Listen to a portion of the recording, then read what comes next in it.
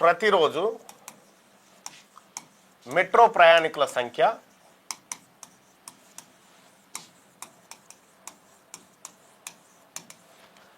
సుమారు 5 లక్షలు. 5 లక్షల మంది మెట్రోల్లో ప్రయాణిస్తూ ఉంటారు ప్రతిరోజు. ఇది గతంలో కంటే ఎక్కువ. మీరు మెట్రోలో పోతున్నటువంటి వాళ్ళు కూడా ఎవరైనా ఉంటే, మీరు మెట్రోలో పోతూ ఉంటే మెట్రో రైలు ఇప్పుడు ఫుల్గా ఉందా ఖాళీగా ఉందా ఎట్లా ఉంది ఒకసారి చెప్పండి. ఏమైంది పసిపాప గోల, నేనే చేస్తుంటా నువ్వు ఇంటికాడ పడుకో. ఇక్కడ 5 లక్షల మంది పోతూ ఉంటారు కదా. ఇప్పుడు ఆదాయాలు పెరిగినటువంటి సందర్భంలో ఎల్ఎన్టీ ఆయన ఏమంటాడంటే, నాకు వడ్డీ, నాకు ఖర్చులు, నాకు రావాల్సిన లాభం ఇవన్నీ చూసుకున్నప్పుడు నాకు గిట్టుబాటు అయితలేదు అనేటువంటి, అవుతుందా అయితలేదా ఇప్పుడు లెక్కలు బట్టి మనం ఇక్కడ చూసుకోవచ్చు. ఆదాయం పెరుగుతూ ఉంది క్రమంగా. ఇందులో మెట్రోకి ఒక 1200 కోట్ల రూపాయల ఆదాయం వస్తే ఇందులో 500 కోట్లు అడ్వర్టైజ్మెంట్లు, కింద ఉండేటువంటి బోర్డులు, వాటి ద్వారా ప్లస్ ఆ మెట్రోలో ఉండేటువంటి షాపింగ్స్, వీటన్నిటి కోసం టికెటేతర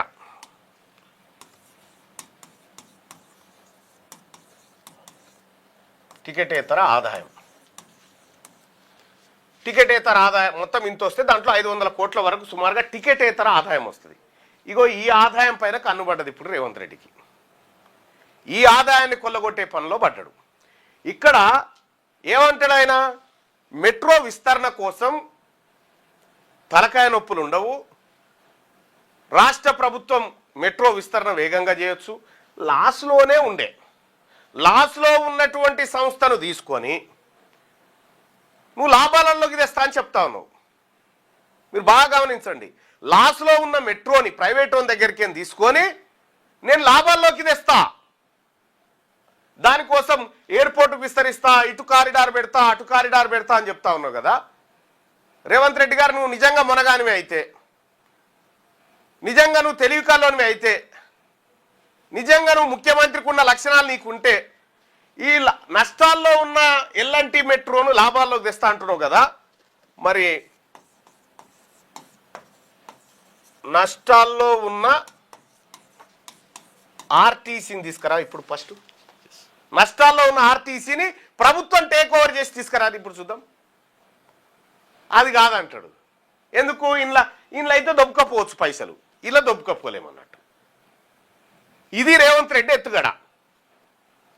ఇంకా గమ్మత్ ఏం దొరికేనా, ఇంకా విచిత్రం ఏంటంటే, ఇక ప్రజలు ఇక నవ్వాలి, నవ్వుతారో మరి దీంతో ఏం చేస్తారో చూడాలి. కానీ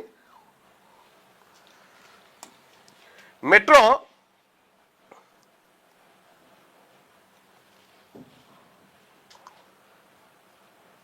ప్రస్తుతం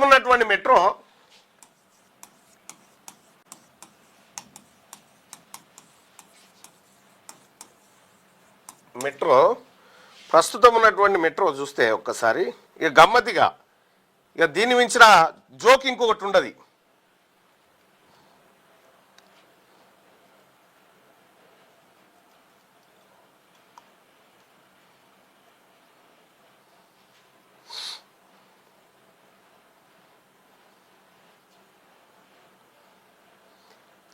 ఇది ఎవరి చెవిలో పువ్వు పెడదాం అనుకుంటాడో ఏమో మరి. కానీ ఈ చేసేటువంటి దుర్మార్గం ఏదైతే ఉందో ఇది అడ్డంగా దొరికిపోతూ ఉంటాడు అన్నట్టు.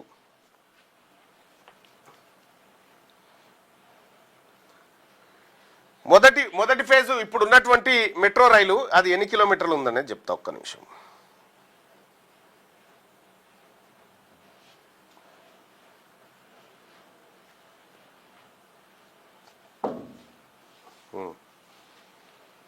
అది చెప్తే మీకు క్లారిటీ వస్తుంది. ఈయన ఏం చేయబోతున్నాడు, ఈయన దుకాణం ఏంది అనేది మనకు లెక్క వస్తుంది అన్నట్టు. అది తీద్దాం అనుకున్నా.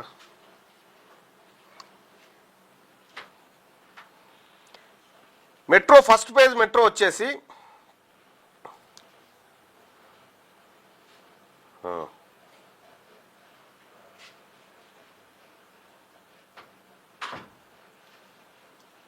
69 కిలోమీటర్లు. 69 కిలోమీటర్లు 69 కిలోమీటర్లు 69 కిలోమీటర్లకు ఎంత ఖర్చు అయిందా మొత్తం అని అంటే చేసిన ఖర్చు ఎప్పుడు 2017 నాటికి చేసిన ఖర్చు ఎంత అంటే 22,148 కోట్లు 148 కోట్లు ఎన్ని 69 కిలోమీటర్లకు 22,148 కోట్ల రూపాయలు ఖర్చు పెట్టి 2017 నాటికి. ఇప్పుడు ఏమంటాడు ఎరికేనా ఆయన?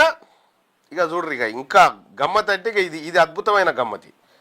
2017 నాటికి సిమెంట్ ధర, స్టీల్ ధర, లేకపోతే రవాణా ఖర్చులు, డీజిల్, పెట్రోల్ ఈ ధరలు చాలా తక్కువనే కదా. ఇంకో అంటే మరి ఇప్పుడు కనుక 69 కట్టాలంటే 69 కిలోమీటర్లు కట్టాలంటే 22,000 కంటే ఎక్కువ కావాలి. కానీ ఇప్పుడు ఏమంటుండి, ఇగో Telangana govt submit detail project report for Hyderabad metro rail phase 2 plan 86.1 kilometer 86.1 kilometer 3 కారిడార్లలో 19,579కే కడతా అని చెప్తున్నాడు. 19,579 కోట్లకి 86 కిలోమీటర్లు.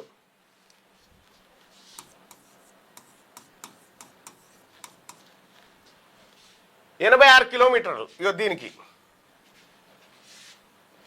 2026లో 86.1 కిలోమీటర్లకు 2017లో 22,148కి పూర్తయింది. ఏది 69 కిలోమీటర్లు. ఇప్పుడు ఈయన 2026లో ఇప్పుడున్న ధరల ప్రకారం 86 కిలోమీటర్లను 19,576 కోట్లకు పూర్తి చేస్తా అని చెప్తా ఉన్నాడు. ఎట్లా సాధ్యమవుతుంది?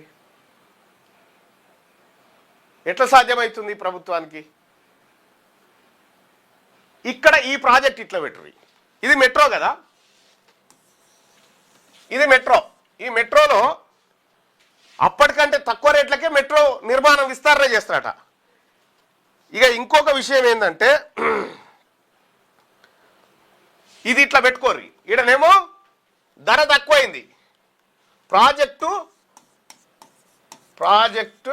అంచనా తగ్గింది. అవునా కాదా? ప్రాజెక్ట్ అంచనా తగ్గింది, ప్లస్ కిలోమీటర్లు కూడా పెరిగినాయి. ఇంకా ప్రాజెక్టు అంచనా తగ్గింది, కిలోమీటర్లు పెరిగినాయి. బాగా అర్థం చేసుకోండి ప్రజలారా, ఇది చాలా కీలకమైంది. మీకు పదే పదే చెప్తా ఉన్నా.